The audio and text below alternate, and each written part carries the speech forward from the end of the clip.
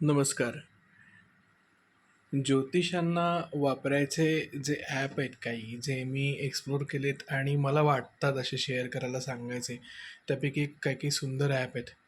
तर इथे एक ॲप सांगतोय इंडियन स्काय मॅप हे असं नाव तुम्ही प्ले स्टोअरवर टाकलं तर हे दिसेल. आता हे ॲप कशासाठी? तर मी माझ्या बऱ्याचशा स्टुडंटना किंवा ज्यावेळेस मी ज्योतिषच्याबद्दल सांगतो, तर म्हणतो की क्रांतिवृत्त जर का समजून घ्यायचं असेल, तर तुम्हाला ते रिअल टाईम बघता आलं पाहिजे. म्हणजे ज्योतिषाचा जो मॅप आपल्या आकाशाचा जो मॅप आहे, तो जर का तुम्हाला कळला तर कुंडली सहज कळते. कुंडली जसं काही आपल्या ह्या आकाशाचा क्रांतिवृत्ताचा 360 डिग्रीमध्ये घेतलेला स्क्रीनशॉट आहे असं मी त्यांना सांगत असतो. आता फॉर डेमो म्हणून हा मी दाखवतोय. आपण पत्रिका पण बघूयात. आता हे त्या ॲपचं इंटरफेस आहे. ही जी निळी लाईन दिसतीये तुम्हाला, हे क्रांतिवृत्त आहे. त्या क्रांतिवृत्तावरती आणि त्याच्या आजूबाजूला सगळे ग्रह आणि नक्षत्र दिसतात. आपण अश्विनी नक्षत्रापासून सुरुवात करू. इथं हे अश्विनी नक्षत्र आहे या बाजूला. अश्विनी नक्षत्र आहे, भरणी नक्षत्र आहे. क्रांतिवृत्तावरती अश्विनी नक्षत्राच्या जवळचे जे आत्ताचे ग्रह आहेत, तर रेवती, इथं वरती रेवती आहे. शुक्र आत्ता मीनेमध्ये आहे आणि मीनेमध्ये तसंच रेवतीच्या जवळ पोहोचलेलं सूर्य पण आहे, नेपच्यून पण आहे आणि शनी पण आहे. इथं रिअल टाईम त्या त्या दिशेला दिसतोय. आता मी हा मोबाईल हलवतोय, जसं जसं हलवेल तसं 360मध्ये कुठले कुठले ग्रह आहेत आणि कोणत्या नक्षत्राजवळ आहेत हे दिसतं. हे अतिशय सुंदर. म्हणजे हे काय करू शकतो आपण, पत्रिकेत पण ताडून बघू शकतो. म्हणजे हे एकदा बघितलं की पत्रिकेमध्ये तुम्हाला जे गोलार्ध दिसतात किंवा जे पत्रिकेचे भाग दिसतात, उदित भाग, अनुदित भाग, त्यामध्ये कसं काय हे सगळे ग्रह आहेत, ते सगळं क्लिअर होतं. आणि हे ॲप महत्त्वाचं का? तर पहिली गोष्ट, नक्षत्रांचा आणि राशींचा संबंध कळतो. आता बृहस्पती म्हणजे गुरु इथं मिथुन राशीमध्ये आहे. मिथुन राशीमधले नक्षत्र कुठली? तर इथं मृग दिसतंय, आर्द्रा दिसतंय, इथं पुनर्वसू दिसतंय. तर या नक्षत्राच्या मध्ये आर्द्राच्या डिग्री क्रॉस केलेल्या आहेत. पुनर्वसू नक्षत्रामध्ये बृहस्पती आलेला आहे. इकडं पुष्य नक्षत्र आहे पुढं, या बाजूला जवळ आश्लेषा. आता बऱ्याचशा गोष्टी यामध्ये क्लिअर होतात. क्रांतिवृत्तावर एका सरळ रेषेत ग्रह नाही आहेत. काही हे क्रांतिवृत्ताच्या या बाजूला, काही त्या बाजूला, म्हणजे उजव्या डाव्या बाजूला. त्याला ज्योतिषच्या भाषेमध्ये शर आणि क्रांती यानं ते मोजतात. जसं आता मघा नक्षत्र आहे, मघा नक्षत्राच्या आसपास केतू आहे. इथं हे सिंह रास आहे. याच्यामध्ये जे हिरव्या रंगानं दाखवल्या आहेत त्या सगळ्या दुसऱ्या आकाशगंगा आहेत. निळ्या अक्षरात लिहिलेले आहेत ते सगळे ग्रह आहेत आणि पांढऱ्या अक्षरात लिहिलेले आहे ते सगळे तारे आहेत. आता हे स्थिर तारा आहे अल्जीबिया, मघा नक्षत्राच्या जवळचा. आणि केशरी रंगात जे लिहिलेले आहेत ते सगळे नक्षत्र आहेत. हे बघा, केतू आहे इथं. केतू नंतर इथं कन्या रास आहे. कन्या राशीतले नक्षत्र इथं दिसत आहेत बघा. इथं हस्त नक्षत्र आहे या बाजूला. आणि चित्रा नक्षत्र, चित्रा नक्षत्र अगदी क्रांतिवृत्ताच्या वरतीच आहे. आणि त्यानंतर इथं पुढं विशाखा नक्षत्र. म्हणजे जसं चित्रा संपून विशाखाकडे जातो आपण, तुळ राशीत प्रवेश केलेला आहे इथं.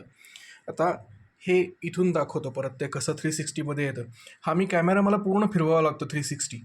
तर क्रांतिवृत्त दिसतंय. विशाखानंतर अनुराधा, ज्येष्ठा, ज्येष्ठाच्या इथं मूळ नक्षत्र.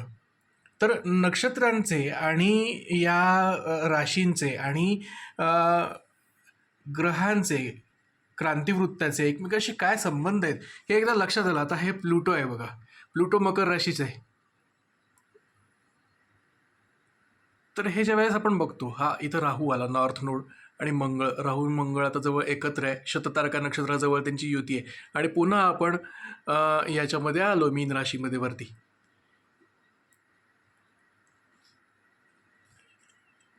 इथं पूर्व भाद्रपद आहे, उत्तरा भाद्रपद आहे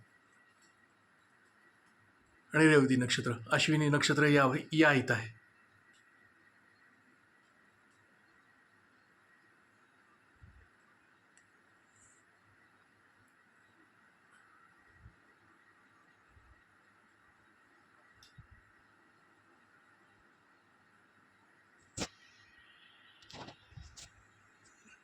हे रेवती, हे अश्विनी, इथं कुंभ आहे. आणि अश्विनी नक्षत्रापासून इथून परत सुरुवात होती, जिथनं आपण मागाशी सुरुवात केली. अश्विनी, भरणी,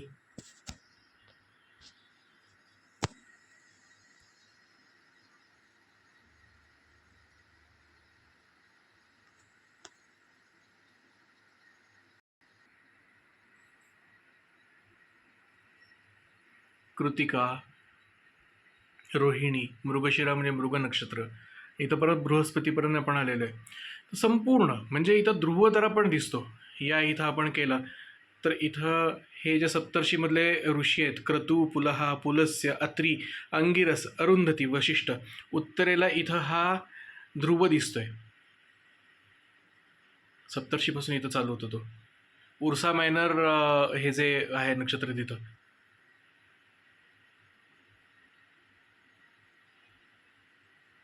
शर्मिष्ठा नक्षत्र इथं दिसतंय, शर्मिष्ठीचे तारे.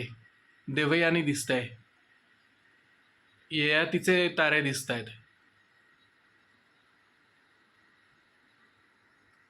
तर हे जे सगळं आहे, आता आपण पत्रिका बघू.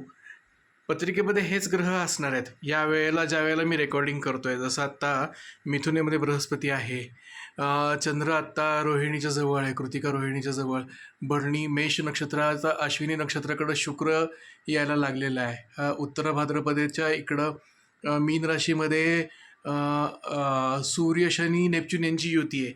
आता हे हे झालं ॲपमधलं. हेच आपण पत्रिकेमध्ये बघायला गेलं,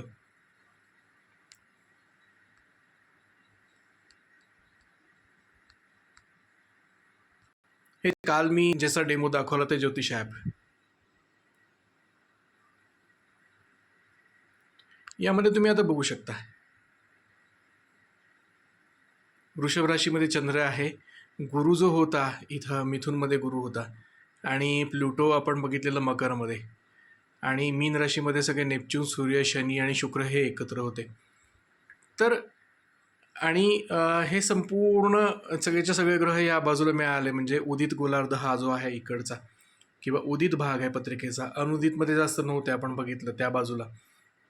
तर हे सगळंच्या सगळं म्हणजे आता तुम्ही ते नक्षत्र पण बघितले. जसं आत्ताचं लग्न आहे आर्द्रामध्ये, सूर्य आहे उत्तर भाद्रपदेत, रोहिणीमध्ये चंद्र आहे, पूर्व भाद्रपदेमध्ये मंगळ आहे, शततारकामध्ये शतभिषा म्हणजे शततारकामध्ये बुध आहे, गुरु पुनर्वसूमध्ये आहे, रेवतीमध्ये शुक्र आहे. रेवतीमध्ये शुक्र आपण बघितलाच तिथं, जसं आहे बघा, बृहस्पती, युरेनस, शुक्र रेवतीमध्ये. तर हे रिअल टाईम ग्रह बघता येतात. जसं आपण तिकडं उत्तरेला ध्रुवतारा वगैरे बघितला, तसं या बाजूला पण हे सगळे बाकीचे ग्रह आहेत. दक्षिण,